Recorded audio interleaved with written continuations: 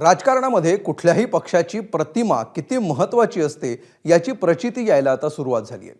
वास्तविक ठाकरेंची शिवसेना आणि मनसे हे दोन्ही मराठीच्या मुद्द्यावर स्थापन झालेले पक्ष। हे दोन्ही पक्ष आगामी महापालिका निवडणुकांसाठी एकत्र येण्याची चर्चा सध्या राजकीय वर्तुळात सुरू आहे। मात्र ठाकरे बंधूंची ही एकी काँग्रेसना मात्र गैरसोयीची वाटू लागली आहे। दोन्ही पक्ष मराठीच्या मुद्द्यावर लढणारे असले तरी राज ठाकरेंना सोबत घेणं काँग्रेसला का नकोसं वाटतंय। ठाकरे बंधू एकत्र आले तर काँग्रेसची भूमिका काय असणार याचा आढावा घेणारा हा स्पेशल रिपोर्ट। उद्धव ठाकरेंची शिवसेना आणि राज ठाकरेंची मनसे आगामी महापालिका निवडणुकांसाठी एकत्र येण्याची शक्यता सध्या तरी राजकीय वर्तुळात वर्तवली जाते। विशेषतः दोन्ही ठाकरेंनी पुकारलेला मोर्चा आणि मोर्चापूर्वीच सरकारनं मागे घेतलेले हिंदीबाबतचे GR यामुळे ठाकरेंच्या एकीची ताकद सिद्ध झाल्याची चर्चा आहे। मात्र या चर्चेला काँग्रेसच्या भूमिकेमुळे आता वेगळं वळण मिळण्याची शक्यता आहे। राज ठाकरेंची भूमिका आपल्याला मान्य नसल्याचं सांगत काँग्रेसनं आपली भूमिका जाहीर केली आहे। त्यामुळे दोन ठाकरे एकत्र आले तर आपल्याला ठाकरेंसोबत राहण्यात रस नसल्याचं काँग्रेसनं स्पष्ट केलं आहे।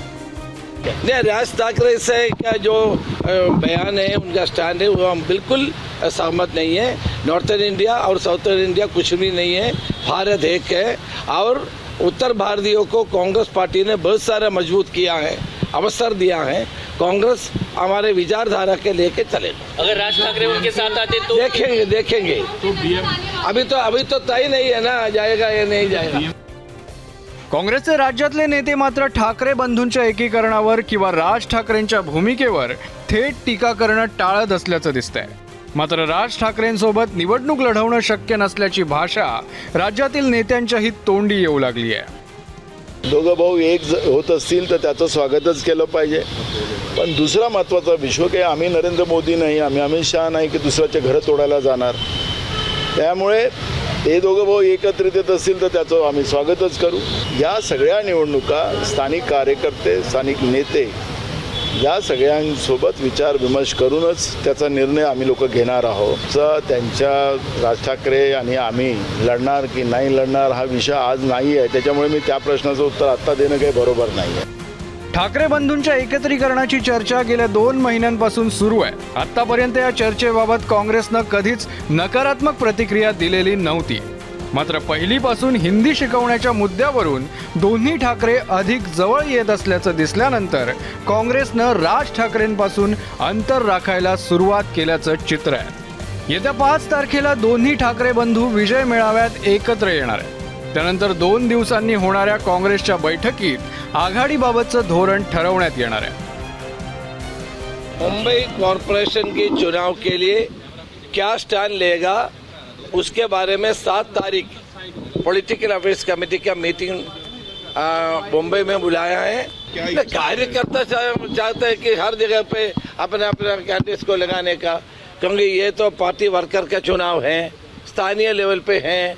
लेकिन स्थानीय लेवल पे PCC के अध्यक्ष बात करके ही करना पड़ेगा ना।